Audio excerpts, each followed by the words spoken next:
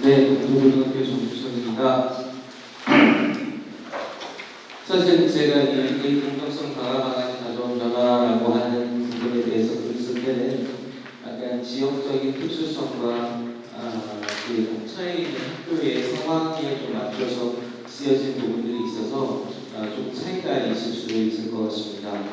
지역적 특수성이라고 하면 2020년도에 이제 진학사에서 발표된 자료를 보면 광주 지역에서의 그 대입에서의 전형 방식은 40% 이상이 교과에 집중되어 있고 학종이라고 하더라도 서울 쪽에 진학하는 학종보다는 그 내부에서 이루어지는 교과가 중심이 되는 학종 쪽에 집중되어 있다고 하는 인식이 기반이 되었던 것 같습니다.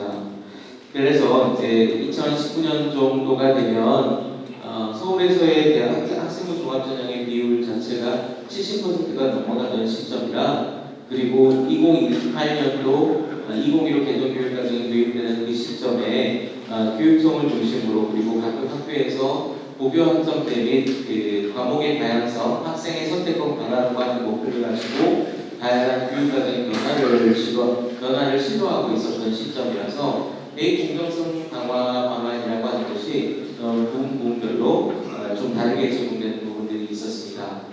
첫 번째로 2019년에 11월 대입제도 공정성 강화 방안이 발표되고 있었던 시점은 광주 안에서는 고교 학점제의 취지에 따라서 그리고 학생부 종합전형을 살리는 방향으로 학교 안에서의 교육과정의 변화가 일어나고 있었던 시점이었거든요. 그런데 이제 수능 40%라고 하는 것이 크게 이슈가 되었었기 때문에 이제 내부적으로는 학생부 종합전형이 아니라 이제 정시까지도 같이 준비를 해야 되는 부분이 있었던 거 아닌가라고 하는 고민들이 있었습니다. 그러나 실제로 광주 지역 안에서의 정시로 대학을 진학하는 비율이 계속해서 등급 구간별로 5% 이내의 차이가 5% 이내였기 때문에 정시라고 하는 것은 일반고, 그러니까 지역에서의 일반고를 중심으로 하는 전형에 적합하지 않는 그런 방식이라고 생각하게 됐던 것 같습니다. 그래서 사실 대입 공정성 강화 방안 이후에 정시 40%로의 확대가 지역에서 차지할 수 있는 자리가 줄어든다라고 하는 생각을 갖게 만들었고, 고교 학점제 그리고 학생부 종합전형으로의 변화가 좀 어렵게 되는 것은 아닐까라고 하는 우려 섞인 그런 생각을 하면서 2019년도를 마무리했던 것 같습니다. 2019학년도, 2020학년도를 지나면서 사실 이제 다시 주목되게 된 부분은 사회적 배려 전형이었거든요. 지역 인재 전형이 지역 균형 발전 전형의 10%가 할당된 부분이 지역사회에서 다시 주목을 받기 시작했습니다. 학생부 종합 전형이 사실 대입 공정성 강화 방안 이전에는 깜깜이 전형처럼 어떻게 하면 학생들을 진학시킬 수 있을지에 대한 고민들을 쉽게 할 수 없게끔 만들었었거든요. 그렇기 때문에 학생부 종합전형으로 바꾸고 가는 그 과정이라고 하는 것이 기존에 가지고 있었던 교과전형 중심의 틀을 해체하고 아직 우리가 맛보지 못한 꿈속의 열매를 찾아가는 그 과정이라고 보이기도 했던 것 같습니다. 그래서 지역균형전형 10%에 주목해서 내신 성적을 관리하고 수능 최저를 높이는 방식에 대한 고민들이 이어졌습니다. 그래서 통합수학을 적극적으로 편성하려고 하는 움직임들이 지역에서 나타나기 시작했습니다. 그리고 최상위 학생들이 등급을 유지할 수 있도록 3학년에서 대거 진로 과목을 편성해서 등급을 어떻게든 관리를 해야 된다는 생각도 나타났던 것 같습니다. 그래서 등급 관리 차원에서 이제 회피되는 미적분, 물리학, 화학 같은 과목이 갈수록 경쟁이 치열해지게 되면서 교육과정 자체가 좀 기형적으로 바뀌었습니다. 학생의 그 자신의 진로 진학 목표에 따라서 과목의 선택이 이루어지는 것이 아닌 그 교과와 수능 체제라고 하는 그 틀 안에서 그 제대로 된 교육 활동보다는 단순하게 등급을 관리하는 과정으로 교육 과정이 계속 기형적으로 변화하고 있었던 것 같습니다.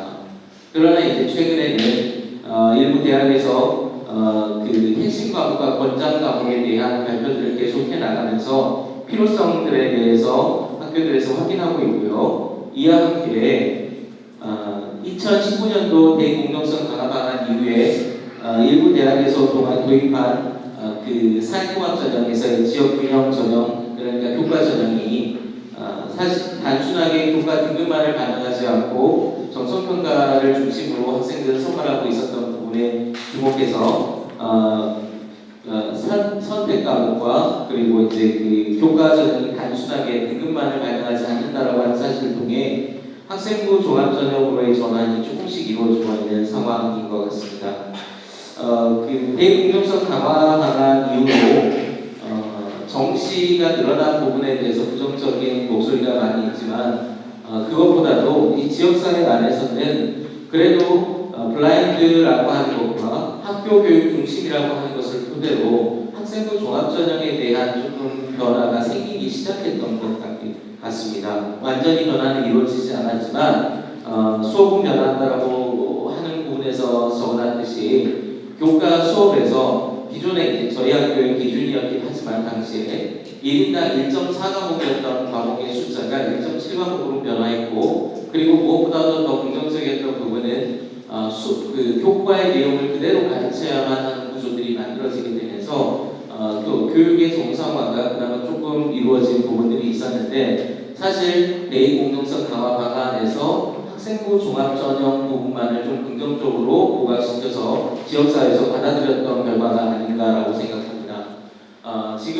지금도 마찬가지로 대입 개편안과 그리고 우선공 입학의 확대라고 하는 부분들 때문에 대학에서 그리고 학교 현장에서 혼란스러운 것 같지만 수업이 계속 변화하고 있다는 점, 그리고 그걸 바탕으로 학생들의 성장과 그리고 이제 대학의 입학 그리고 사회로의 진출 자체가 기대될 수 있다는 점에서 어찌됐든 변화는 지속되고 있고 발전은 우리가 해나가고 있을 거라고 생각하고 있습니다.